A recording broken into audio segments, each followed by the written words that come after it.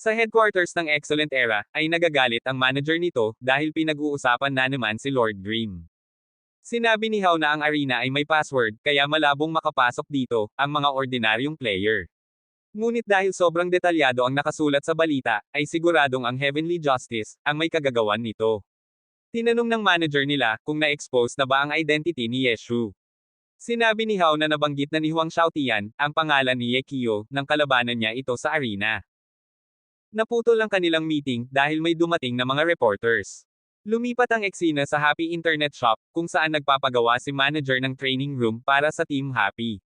Sinabi ni manager na kailangan nilang manood ng balita dahil pinag-uusapan ngayon ang naganap na laban ni Huang Xiaotian at ni Lord Grimm. May lumabas din na haka-haka na si Lord Grimm ay ang dating kapitan ng Excellent Era. Kaya kinuha nila ang opinion ng iba't ibang grupo tungkol dito. Sinabi ni Han na ang unspecialized class ay hindi kayang ma-master ng isang baguhang player lamang. Kaya naniniwala akong siya, si Ye Qiu. Sinabi naman ni Huang Jixi na sa ipinakitang galaw ni Lord Grimm ay malaki ang posibilidad na siya nga si Ye Qiu. Sinabi naman ng grupo ng Sansara na naniniwala rin siya si Ye Qiu dahil sa sobrang husay nito. Kinausap rin nila si Huang Xiaotian at kagaya peren ng dati ay sobrang ingay na naman ito at napakaraming sinasabi. Ngunit ang nagmarka ay ang kanyang sinabi na isa siyang mahusay na professional player. Ngunit walang kahirap-hirap siyang tinalo ng isang hindi kilalang player. Ito ay sapat ng patunay upang maniwala kayong siya si Ye Qiu. Ang huli nilang kinausap ay ang manager ng Excellent Era. Sinabi niyang hindi niya alam kung bakit naglalaro peren si Ye Qiu. Matapos niyang magretiro, tinanong naman ng reporter kung ano ang masasabi niya sa pagsali ni Ye Qiu sa Heavenly Justice. Sinabi ni Manager Lee na desisyon ito ni Ye Qiu at nirerespeto nila ito. Ang Excellent Era at si Ye Qiu ay may mabuting relasyon, ngunit kung magkakaharap sila sa arena, ay kailangan nilang maging professional. Hiling niya na mas magtagumpay pa ang Excellent Era at si Yeshu sa mga susunod nilang laban.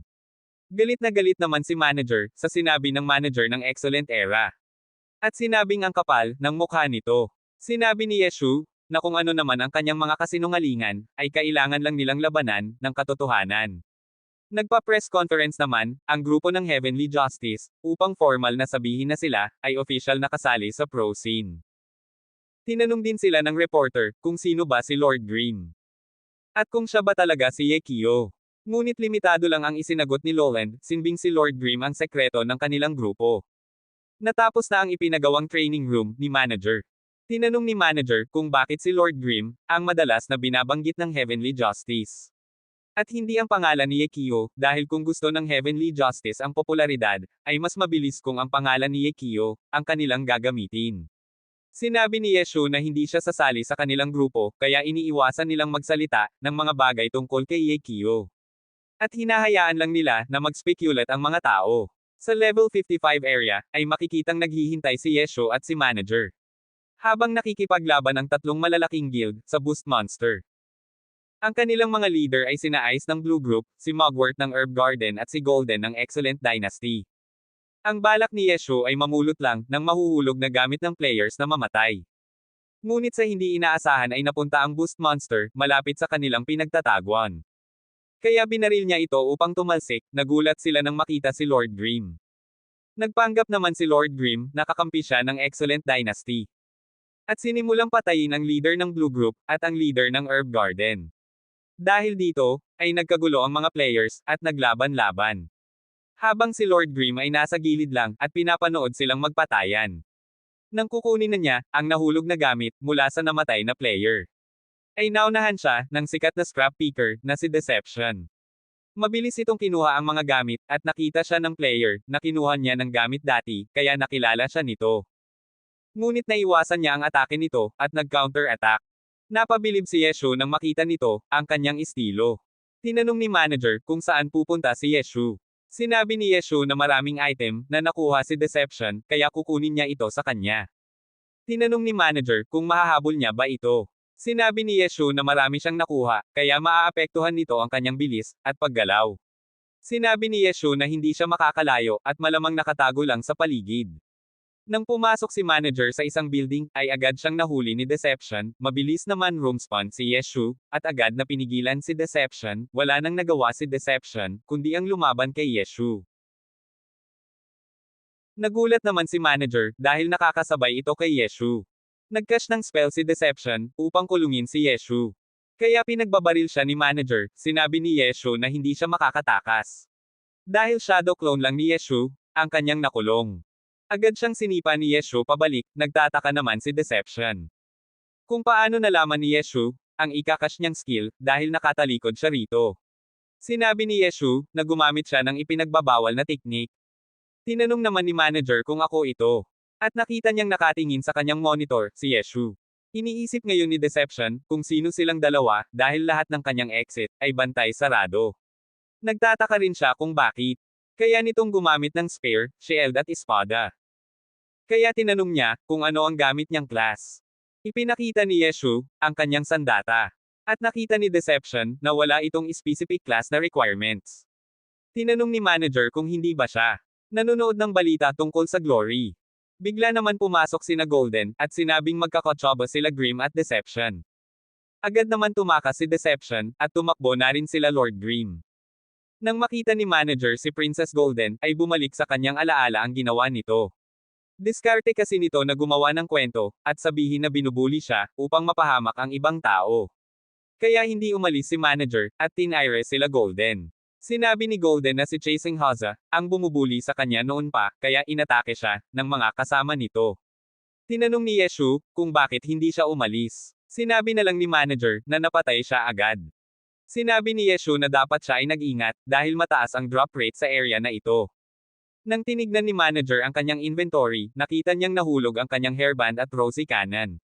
Maiyak-iyak naman si manager, dahil matagal na panahon ang kanyang inubos, para lang makuha ang purple cannon. Sinabi ni Yeshu na kalmahan lang niya, dahil kukuha siyan, ng mas maraming hairband at cannon para sa kanya. Nag-alala naman si manager, baka ang mahulog naman, ay ang kanyang silver weapon. Sinabi naman ni Yeshu na wala naman problema, dahil maaari naman, siyang gumawa nito, basta mayroon siyang materials. Isa pa, kailangan muna nilang mapatay siya, bago nila makuha ang kanyang gamit. Napapaligiran na, ng mga humahabol si Deception, sinabi ni Golden na sumuko na siya. Dahil wala na siyang mapupuntahan. Ngunit tinire niya si Golden ng Shuriken, at nagcash ng Shadow Clone. Nabigla naman ang mga kasamahan nito, at wala nang nagawa. Naririnig naman ang tawa ni manager, sa hindi kalayuan. Sinabi ni Yeshu na huwag siyang maingay, dahil malalaman nila kung nasaan siya. Sinabi ni manager na hindi niya mapigilan, nang makita niyang kumain ng alikabok, si Prinsesa Golden. Sinabi ni Yeshu na kanina pa siya naghihintay, para sa pagkakataon na mag-scrap picking. Sinabi ni Deception, na hinihintay mo bang mapatay ako, para pulutin ang aking mga gamit. Sinabi ni Yeshu na kalamahan lang niya, dahil ang gunner ang kanyang target. Kinakabahan naman si Golden at ang mga players na kanyang kasama. Dahil alam nila ang balita, na siya si Yekio. Sinugod na niya si Golden, at nahulog sa kanya ang orange weapon. Na may attribute na armor remover. Tuwang-tuwa naman si manager, habang si Golden naman ay nagpa-victim sa group chat. At gumawa ng kwento, na binuli siya ni na Lord Grim at Deception. Sinabi naman ng leader ng Excellent Dynasty, na magpapadala siya ng reinforcement. Sinabi niya sa mga kagrupo, na bukod sa armor remover ni Golden, ay kunin din nila ang sandata ni Lord Grim, kung sakaling mahulog ito, makikitang mas marami na, ang humahabol sa kanilang dalawa. At ang humaharang sa kanila, ay mabilis nilang tinutamba. Ngunit naabutan din sila ng karamihan, at napaligiran na naman sila. Inutusan na ni Golden na sugurin na sila, ngunit may dumating na isang grupo ng mga players, at pinigilan ang mga sumusugod kina Lord Grim. Nagtataka si Golden, kung sino ang mga ito, dahil nakatago ang kanilang mga pangalan at guild name. Kumilos na rin si Lord Grim, at tinire na naman si Golden. Nagalit ang leader ng Excellent Dynasty, dahil inubos ng 7 players, ang kanilang buong grupo, ang hinala niya ay mga grupo, ng Heavenly Justice. Ang guild na sinalihan ni Lord Grim, sinabi niya sa mga K-guild na umatras muna. Dahil mga pro players na, ang kanilang mga kalaban. Humingi siya ng tulong kay Hao, ng Excellent Era. Ikinwento ni Hao kay Sunshang ang nangyari, at tinanong kung gusto ba niyang subukan si Lord Grim, at ang bagong professional team, na Heavenly Justice. Sinabi ni Sunshang na mukhang interesting ito, at kumuha ng accounts para sa ika-10 server. Sinabi ni Lola na sa tingin niya, ay wala na ang mga kalaban. Sinabi naman ng kagrupo nito, na may 5 players na palapit. Sila ang buong grupo ng professional team, ng Excellent Era. Na gumagamit lang, ng dummy accounts. Sinabi ni Yeshu na mag-ingat sila dahil mukhang mahuhusay ang mga ito. Sumugod si Sanshang sa gitna ng grupo ni Lolan, ngunit hindi siya matamaan ng mga ito. Tumira rin ng skill ang Element Alice, ngunit nasanggal lang ito ni Sanshang. Kasunod naman na sumugod ay si Deception, ngunit na-counter rin siya ni Sanshang. Nakita ni Sanshang si Yeshu, at agad niya itong sinugod. Ngunit siya naman ang na-counter ni Yeshu, kaya agad niyang ikinash ang Shouring Dragon at pinabalik ang ulo nito. Ito ang skill na si Yeshu lang, ang nakakagawa dati. Nagulat sila nang makita ito, at tinanong kung sino ang kanilang kalaban. Sinabi niyang siya si Sanshang, at tinanong kay Yeshu kung ano, ang masasabi nito ngayon. Dahil mas mahusay na siyang gumamit nito, kaysa sa kanya. Sumagot naman si Yeshu, at sinabing ano naman ngayon. Sinabi ni Hao na masyado paring mataas, kung magsalita si Yeshu. Na ngayon, ay isang kwento na lang. Sinabi niyang sa tingin ba ni Yeshu, na ang ginawang skill sa All-Star Game, ay kababaliwan na ng lahat. Isa-isang tinawag ni Yeshu, ang kanilang mga pangalan, at tinanong kung ano, ang maipaglilingkod ko sa inyo ngayon. Nagulat naman ang mga Heavenly Justice, dahil ang mga pangalan na sinabi ni Yeshu, ay mga pangalan ng pangunahing players, ng Excellent Era. Humingi ng pasensya si Hemang, dahil ngayon ay itutumba nila, ang kanilang dating kapitan. Sinabi ni Yeshu na baka kayo ang tumamba, ngunit tinuwanan lang siya ni Sanshang. Sinabi ni Sanshang kung sino man ito, ay malalaman natin mamaya. Sinabi ni Yeshu na wala silang laban sa kanila, dahil sila ay mas marami. Bigla naman umatake si Deception, ngunit kino-counter ito ni Sanshang na distrike. Ginawa na naman ni Deception, ang kanyang signature move. Ngunit bistado ito ni Sanshang, tumalsik si Deception, ngunit nag-iwan ito ng bomba. Nakita na naman ito ni Sanshang, at nag-exhibition. Sinabi ni Yeshu, na maraming unnecessary move. Sinabi ni Sanshang na talaga ba? Sinabi ni Yeshu na pasensya na, dahil hindi ikaw ang kausap ko. Kaya nagalit na naman si Sanshang, at sinugod si Yeshu.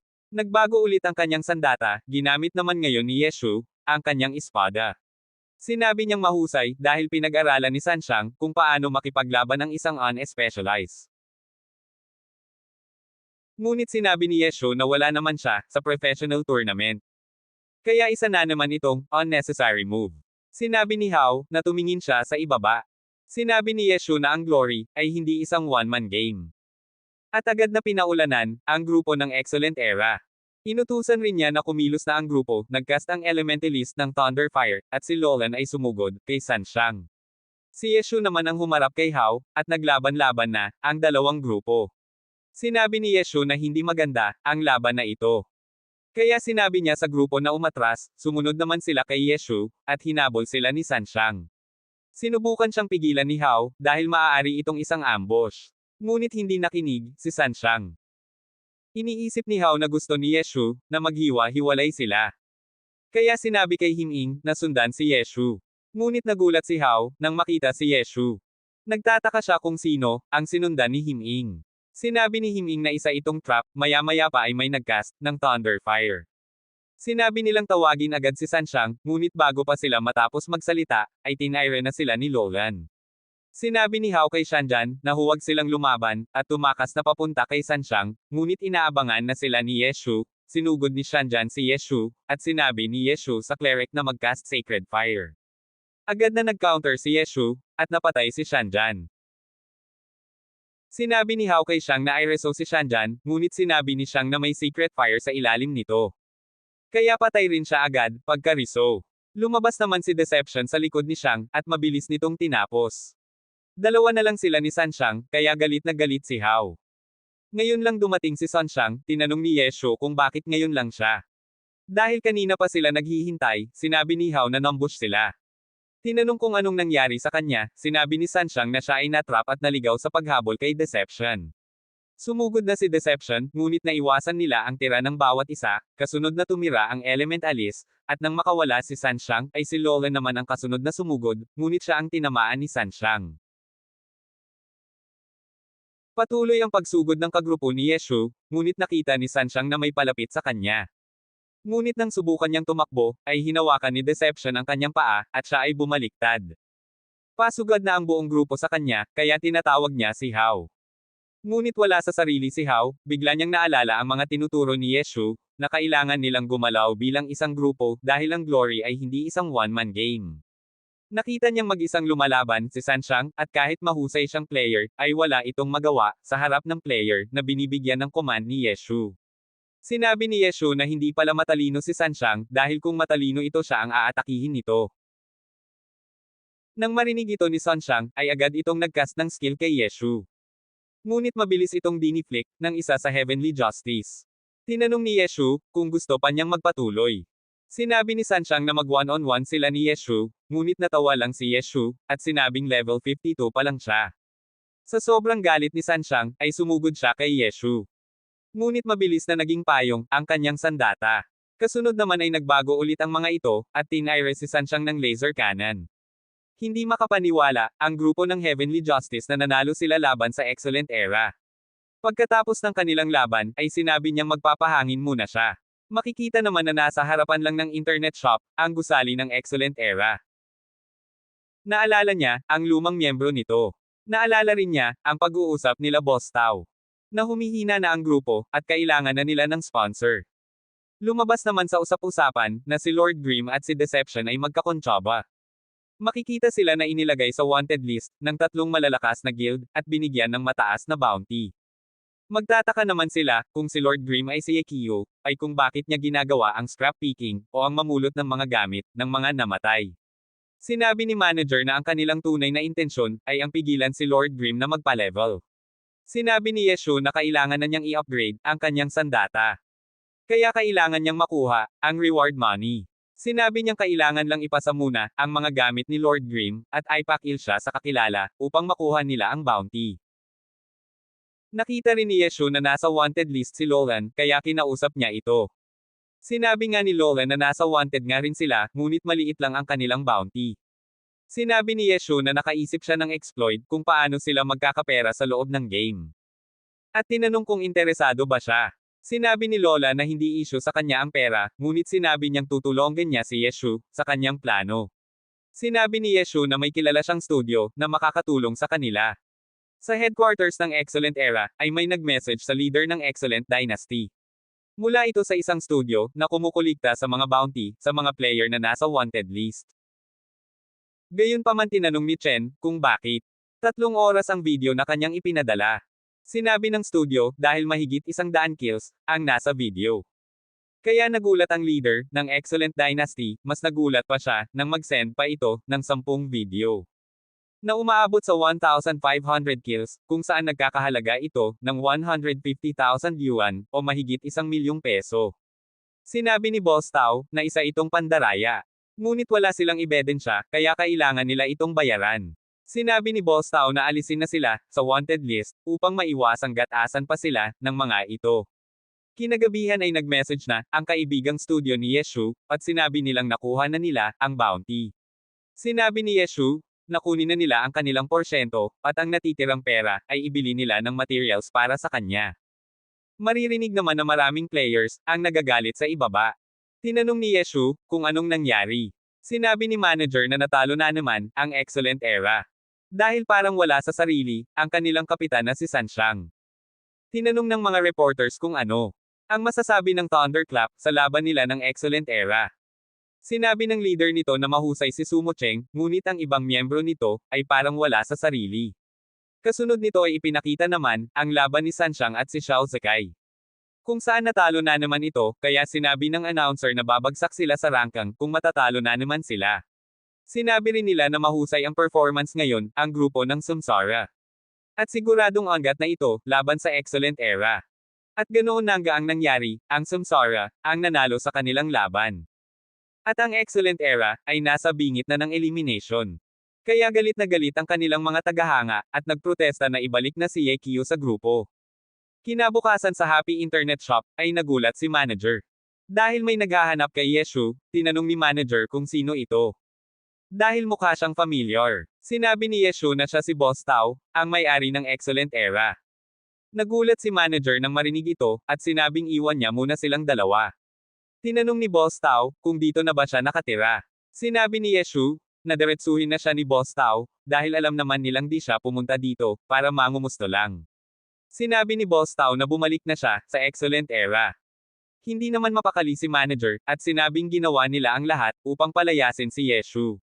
At ngayon, gusto nilang pabalikan ito. Tinanong ni Yeshu kung bakit niya gustong bumalik siya sa Excellent Era. Sinabi ni Boss Tao na kailangan nila ng coach.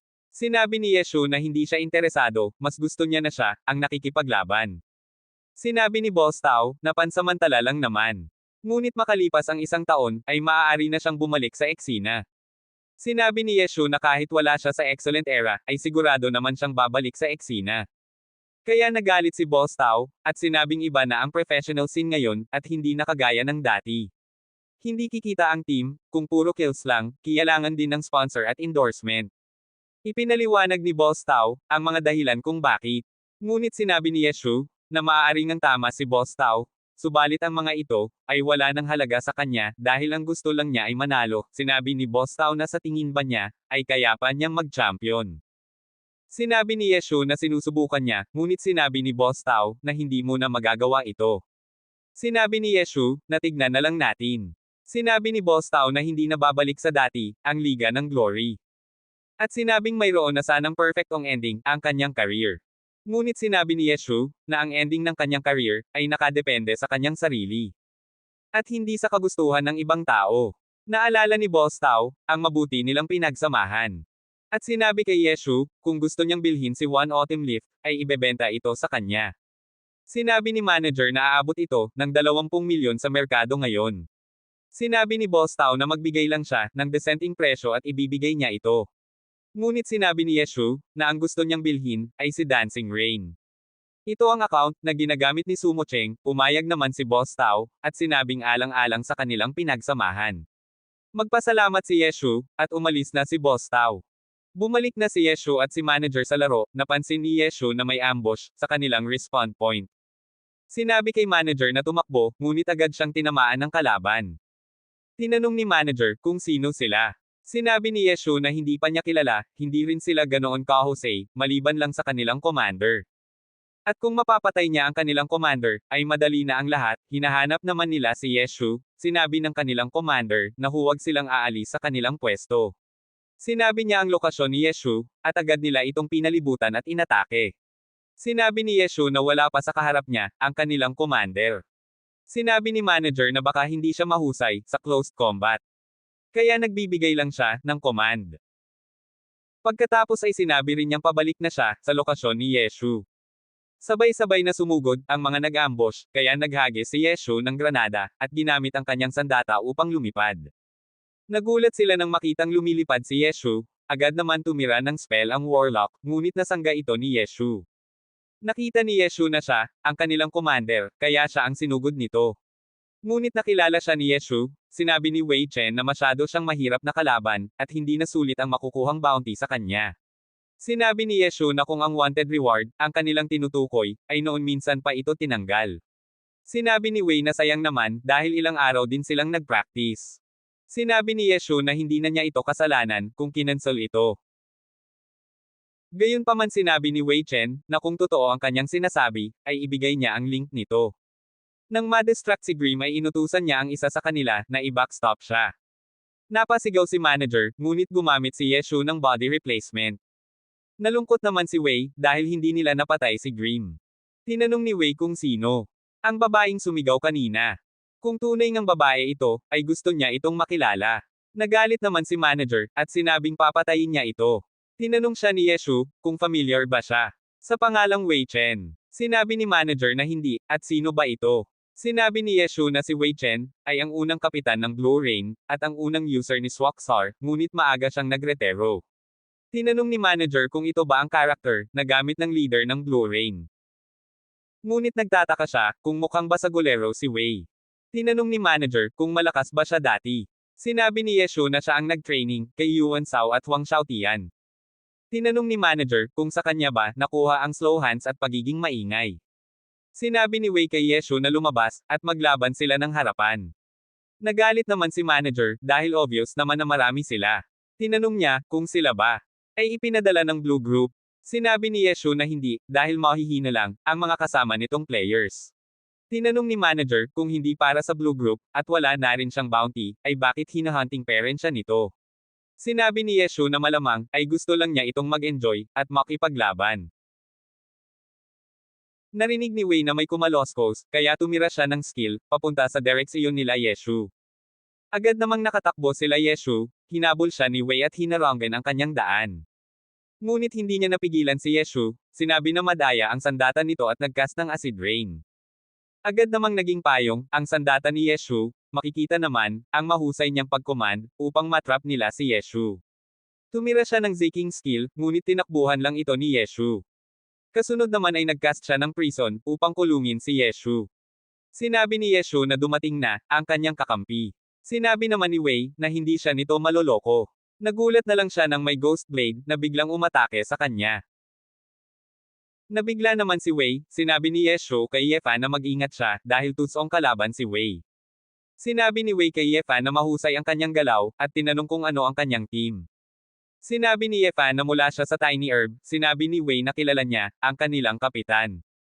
Sabihin niyang isali siya, sa main team. Upang makilala ng mga tao, ang superstar na si Zhou Yebei. Sinabi ni Yefan, na hindi naman siya si Zhou Yebei. Tuwang-tuwa si Yeshu, at nag-google lang si Wei. Sinabi ni Yeshu, na huwag siyang makinig kay Wei, dahil hindi nito kilala, ang kanilang kapitan. Dumating na ang mga kasama ni Wei, at agad na nagcast si Yefan ng Icebound. Si Yeshu naman, ang humarap kay Wei. Dumating na rin si manager, at pinagbabaril ang mga kasama nito. Gayunpaman nakatakas naman si Wei, at siya naman ngayon, ang sinasabihan ni Yeshu na lumabas. At makipaglaban ng harapan, agad naman nagtago si Wei, upang hindi siya makita. Ngunit nakita ni Yeshu, na may kumaloskos. Kaya sinabi niya na tirahin, ang kanyang lokasyon. Tinanong ni manager, kung bakit. Tumatakbo si Wei, papunta sa Dainjian. Sinabi ni Yeshu, na dahil hindi mahuhulog ang kanyang gamit, kapag napatay siya ng monster. Malamang ay nangangamba siyang mahulog, ang kanyang staff, dahil isa rin itong crafted silver weapon, sinabi ni Wei, na hindi nyo ako mapapatay. Sinabi ni Yefan na hindi na niya kayang abutan, si Wei. Kaya inagaw ni Yeshu si Chasing Haze, at pinagbabaril ito. Tinamaan niya ito at inabutan nila. Pinatay na siya ni Yeshu, at nahulog ang kanyang silver weapon. Napansin ni Yeshu, na iba ang weapon na ito, kumpara sa gamit niya, noong una silang naglaban. Nagulat si manager sa ganda, ng attribute ng staff. Agad naman nag-message si Wei, at kinukuha ang kanyang sandata. Tinanong ni Yeshu, kung bakit siya bumuo ng silver weapon. Sinabi ni Wei na hindi na kailangan, ipaliwanag ito kay Yeshu. Sinabi ni Yeshu na malungkot si Wei, at alam niya ang pakiramdam na ito. At kaya hindi siya nanatili sa Blue Rain, upang maging kanilang coach. Ay dahil pareho nilang gusto, na sila mismo ang makipaglaban. Tinanong ni Yeshu, kung iniisip niyang bumalik. Sinabi ni Wei, na malabo na ito. Sinabi ni Yeshu, na nabalitaan niyang natalo siya kay Yo, kaya siya ay nagretero. Sinabi ni Wei na hindi ito totoo, sinabi ni Yeshu na natalo siya, sa isang slow hands. Na hindi nila inaakalang maaaring, maging pro player. Kaya naiintindihan niya, ang kanyang desisyon, hindi naman nakapagsalita si Wei, at tinanong na lang kung bakit siya nagretero. Ngayon ay nagpaplanong, bumalik sa pro scene. Sinabi ni Yeshu, na gusto kong gumawa ng malaking eksena, bago ako tuluyang magretero. Ayokong maging isang matandang malungkot, na mayroong silver weapon sa isang online game. Nagalit naman si Wei, dahil alam niyang siya ang tinutukoy ni Yeshu. Ngunit agad naman siyang tinanong ni Yeshu, kung gusto ba niyang sumama at bumalik, upang supresahan ang lahat, sinabi ni Wei na mukhang masaya ito. Ngunit paano sila babalik, kung nakaban pa si Yeshu? Sinabi ni Yeshu na eksakto lang ito, para sa susunod na season, dahil kailangan din nila ng oras, upang magsanay.